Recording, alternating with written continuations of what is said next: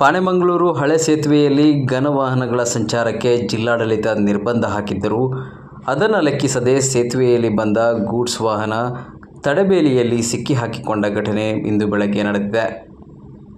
ಸುರಕ್ಷತೆಯ ದೃಷ್ಟಿಯಿಂದ ಪಾಣೆಮಂಗಳೂರು ಹಳೆಯ ಸೇತುವೆಯಲ್ಲಿ ಘನ ವಾಹನಗಳ ಸಂಚಾರಕ್ಕೆ ನಿಷೇಧವಿದೆ. ಈ ಹಿನ್ನೆಲೆಯಲ್ಲಿ ಸೇತುವೆಯ ಮೇಲೆ ಘನ ವಾಹನ ಸಂಚಾರ ಮಾಡದಂತೆ ತಡೆಬೇಲಿ ಅಳವಡಿಸಲಾಗಿದೆ. ಇಂದು ಬೆಳಗ್ಗೆ ಶಂಬೂರು ಕಡೆಯಿಂದ ಬಂದ ಮಸಾಲೆ ಪೌಡರ್ ಸಾಗಾಟದ ಗೂಡ್ಸ್ ವಾಹನವನ್ನು ಚಾಲಕ ಸೇತುವೆ ಮೇಲೆ ತೆರಳಲು ಯತ್ನಿಸಿದ್ದಾನೆ. ಈ ವೇಳೆ ವಾಹನದ ಕಬ್ಬಿಣದ ತಡೆಬೇಲಿಯಲ್ಲಿ ಸಿಲುಕಿಕೊಂಡಿದೆ.